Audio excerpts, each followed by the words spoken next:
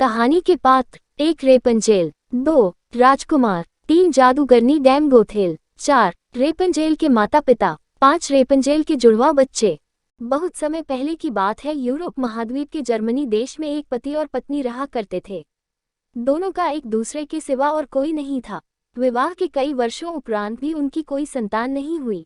समय इसी प्रकार से गुजर रहा था कि अचानक एक दिन स्त्री को अपनी कोख में संतान की अनुभूति हुई और गर्भावस्था के दौरान उसको कुछ इस प्रकार महसूस हुआ कि उसको रेपंजेल नामक शाक खानी चाहिए। आसपास वह शाक कहीं भी उपलब्ध नहीं थी। पति पत्नी एक जादूगरनी के बगीचे के समीप ही रहते थे। पत्नी के मन की बात जब पति ने सुनी तो पति ने उससे वादा किया कि वह उसके लिए रेपंजेल नाम की वह शाक साथ लेकर आएगा। बगीचे में चोरी से घुसकर उसने वह शाक अपनी पत्नी के लिए तोड़ी और यह क्रम कई दिनों तक चलता रहा। एक दिन बगीचे की मालकिन जादूगरनी ने, जिसका नाम डैम गोथेल था, उसे यह चोरी करते हुए देख लिया और जादूगरनी ने पति को बंधक बना लिया। पति जादूगरनी के सामने बहुत गिड़गिड़ाया और अंततः जादूगरनी एक शर्त पर वह शाक उसकी पत्नी के लिए देने के लिए राजी हो गई। शर्त ये थी कि संतान के जन्म के बाद वह उसे जादूगरनी को सौंप देगा। मायूस मन से पति ने उसकी वह बात मान ली और बच्चे के जन्म होते ही उसने जादूगरनी के हाथों अपनी पुत्री को सौंप दिया। जादूगरनी ने अत्यंत मनोयोग से उसकी पुत्री का पालन पोषण किया और उसका नाम उसी शाक के नाम पर रेपंजेल रखा। रेपंजेल एक अत्यंत रूपवती कन्या के रूप में धीरे धीरे विकसित होने लगी। उसके सुनहरे बाल और अद्वितीय रूप की चर्चा आसपास की जगह पर धीमे धीमे से फैलने लगी। कन्या के 12 वर्ष के होते ही जादूगरनी डैम गोथेल ने उसको एक ऐसी मीनार में कैद कर दिया जिसमें न तो कोई दरवाजा था और न चढ़ने के लिए ही कोई सीढ़ी। इसमें एक ऊंचे स्थान पर एक कमरा था जिसमें कि केवल एक खिड़की थी। जादूगरनी अपनी जादुई शक्तियों के माध्यम से छोटी बच्ची तक पहुंचती और हर दिन उससे मिलने के लिए दिन के समय जरूर जाती।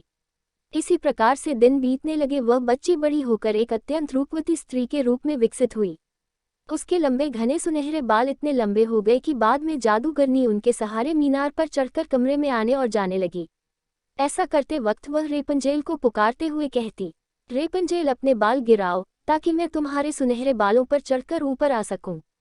समय इसी तरह से गुजरता गया और एक दिन किसी राज्य का राजकुमार घूमते घूमते उसी क्षेत्र में आ गया जहां पर रेपंजेल उस मीनार में रहती थी। रेपंजेल की आवाज में अद्वितीय मिठास थी। जब वह गाती थी तो जैसे समय ठहर जाता था। एक दिन राजकुमार को टहलते टहलते एक मधुर आवाज सुनाई पड़ी। वह आवाज कहाँ से आ रही है ये जानने के लिए जब राजकुमार मीनार के पास गया तो उसे दिखाई पड़ा कि एक ऊंची मीनार के ऊपर कमरे में एक सुंदर रूपवती स्त्री रहती है।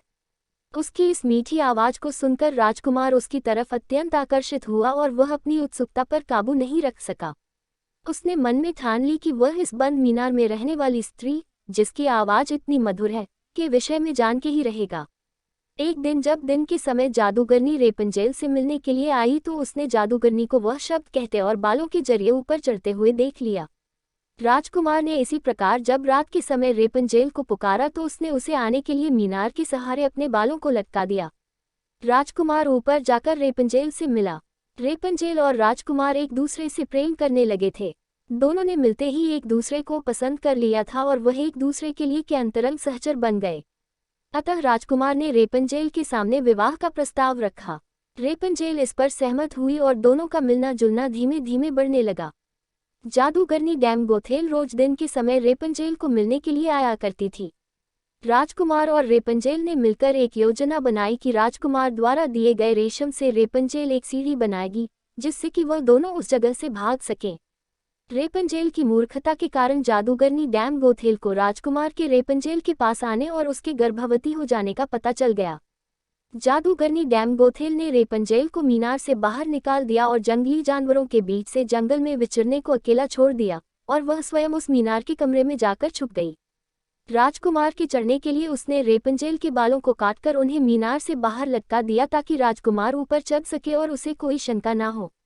जब राजकुमार रेपंजेल से मिलने के लिए उस रात आया तो रेपंजेल की जगह जादूगरनी को पाकर वह भयभीत हो गया और मीनार से कूद पड़ा जिससे कि नीचे पड़े कांटों से उसकी दोनों आंखों की रोशनी चली गई। जब राजकुमार नीचे गिरने लगा उसके हाथ में रेपंजेल के कटे हुए बाल आ गए और रेपंजेल की लंबी बालों की लट राजकुमार के साथ ही नीचे गिर गई। नीचे उतर पाने का कोई अन्य तरीका न होने के कारण जादूगरनी डैम गोथेल उस मीनार में फंस गई और अंततः मृत्यु को प्राप्त हुई। अपनी आंखों और अपनी प्रेमिका को खो देने के बाद राजकुमार निराश होकर अंधा होकर जगह जगह भटकने लगा। कई महीनों तक इस प्रकार भटकने के पश्चात वह उस क्षेत्र में जा पहुंचा जहां पर रेपंजेल बस चुकी थी। उधर रेपंजेल ने जुड़वा बच्चों को जन्म दिया, जिनमें एक बेटी और एक बेटा हुआ। इसी तरह कुछ समय तक एक दूसरे के विछोह में रहने के बाद अंततः दोनों उसी राज्य में एक स्थान पर मिले और उनके मिलन से चमत्कार स्वरूप राजकुमार की दृष्टि वापस आ गई और रेपंजेल के लंबे सुनहरे बाल उसको वापस मिल गए और दोनों हंसी खुशी अपना जीवन साथ में बिताने लगे।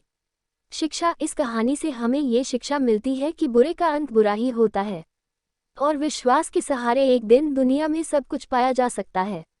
जिस तरह जादूगरनी गलत नियत से रेपंजेल को इतने साल कैद में रखती है, एक दिन उसे इसका दंड मिला और वह मारी गई। रेपंजेल ने बचपन से उम्मीद लगाई हुई थी कि उसे एक दिन कोई बचने आएगा, उसकी खुशहाली भरी जिंदगी होगी। एक दिन उसके इस विश्वास को भगवान ने पूरा कर दिया।